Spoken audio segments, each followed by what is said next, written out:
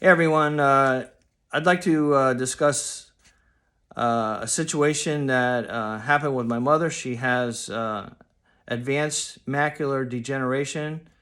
She has Charles Bonnet Syndrome, which is related to macular degeneration, where you have visions, and basically the eyes and the brain are not communicating.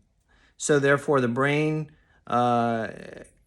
produces its own images, and it's very hard for the patient at first when they start seeing this stuff. The first thing my mother started seeing was brick walls. We'd be driving, and she said there's brick walls, and then she started seeing relatives and weeping relatives, things like that. One time there were snakes in the room. She's telling them to get out of there. So it's really confusing for somebody if they don't know that about Charles Bonnet syndrome. I happened to look it up, the symptoms, and found it.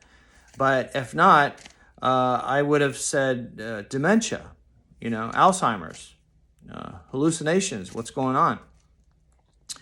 So, by the way, I'm not a physician, and this video is not intended for treatment or therapy of any kind. It's just letting you know my experience, and if it can help you, show the information to your physician, and whatever can help. Long story short, I noticed that urinary tract infection made the symptoms worse for my mom. And trying to diagnose a urinary tract infection,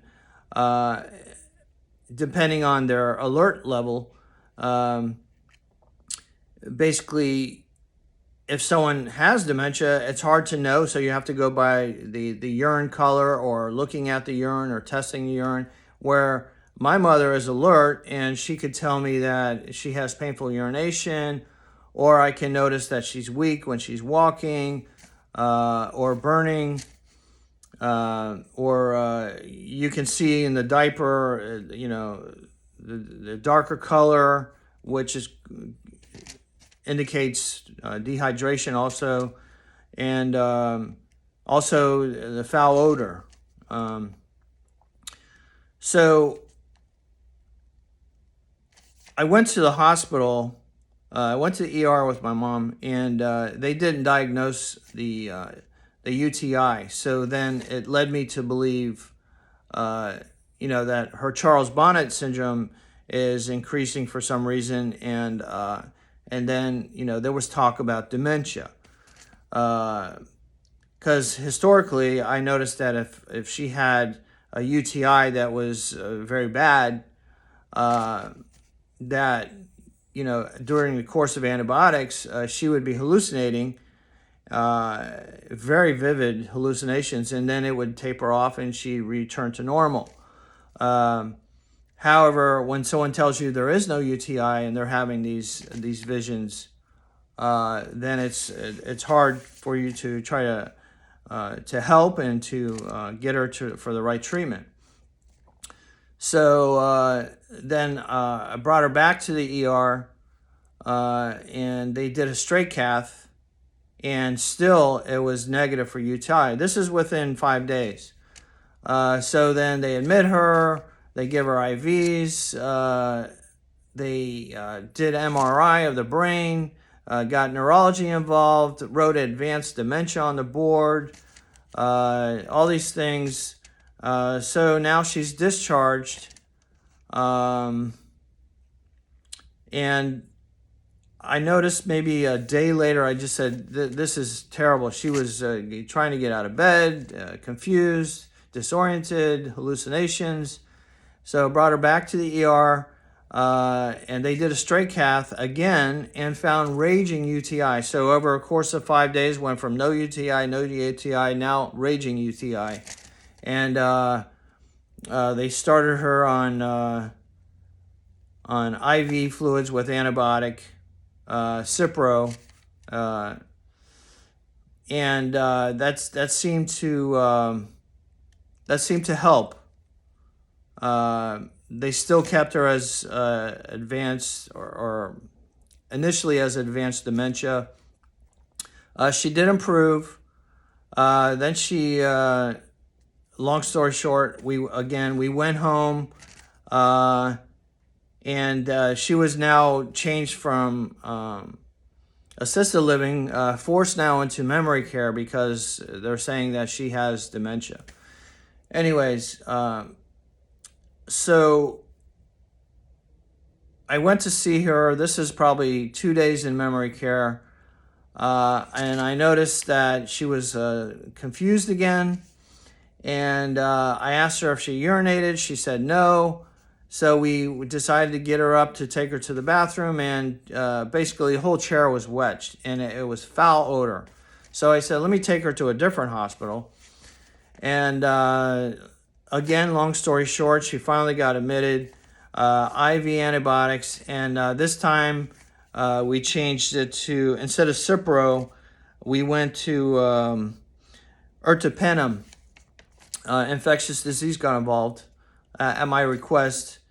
And we went on this antibiotic, and her symptoms started improving within 24 to 48 hours. She went from very agitated, delusional to normal state. Then you have to start working on other situations with dehydration, constipation, because my mom, when she gets constipated, she gets, like her, I forget what you call it, but her, she gets a problem back there. So she would actually try to, to release that herself, and that's how you get cross-contamination. So one thing important is to get the family member to understand that they need, especially in blindness, is that, they need to let people help them do those things. And I think the family member can play a role along with physician to keep that person,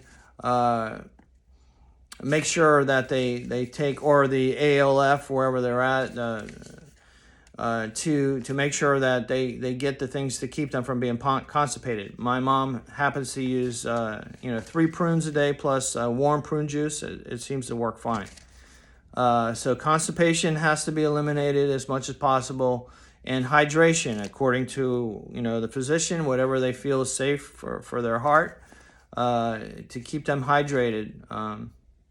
Is the key to keeping them well, and make sure they always eat. I've seen people, when they stop eating, they stop living. So a good appetite is important. I noticed, and so anyway, someone gets an IV antibiotic. Sometimes they'll try to send you home with PO antibiotic, and my experience that has worked, but in other cases it doesn't work. So in collaboration with myself and the physician, we agreed that we would keep her with a midline long-term IV, and keep her on IV antibiotics through the course.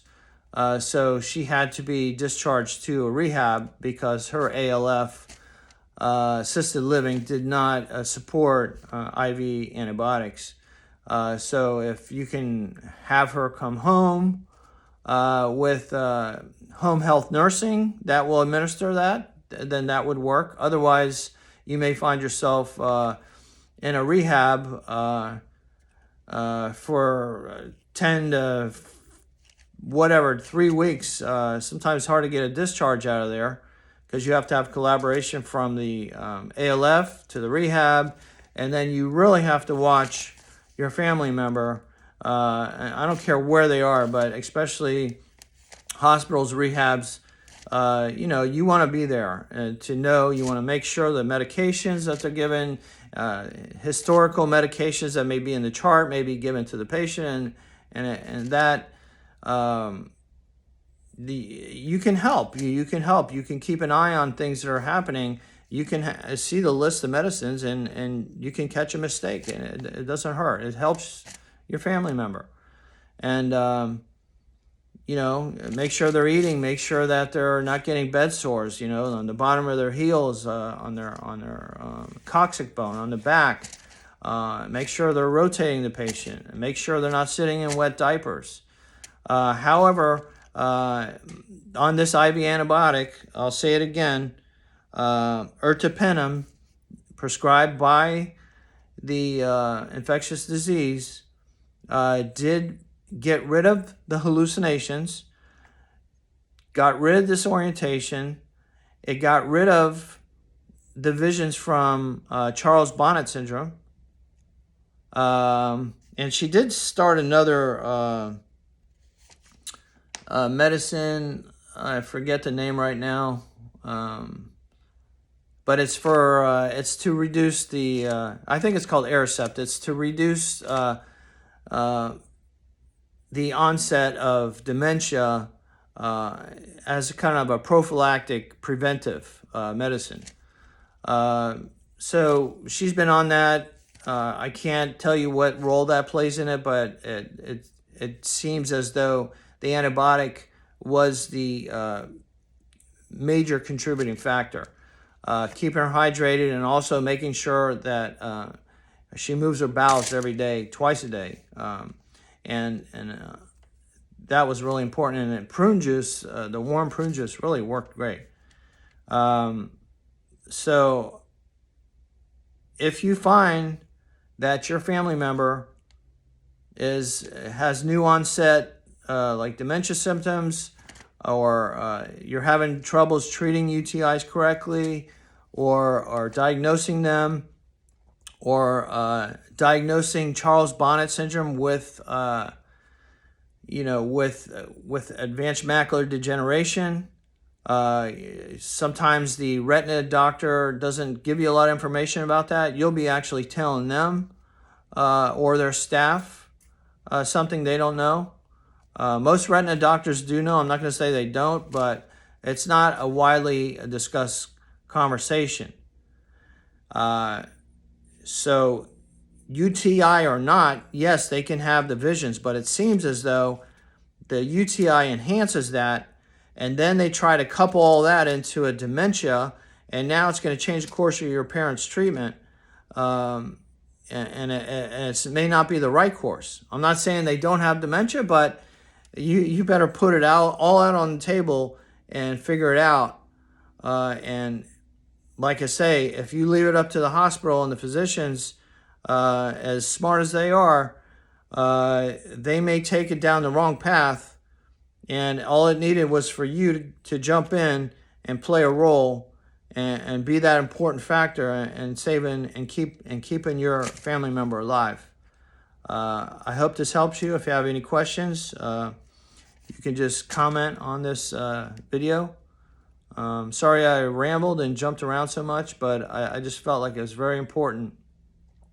If you can, help your family member. And when I seen my mom go from such a terrible state to a very normal state, walking 300 feet, relating in conversations and not delusional and agitated and all those things I was seeing, it was very scary. And, if you can play a role, that's your biggest job. So it's all about love. Take care.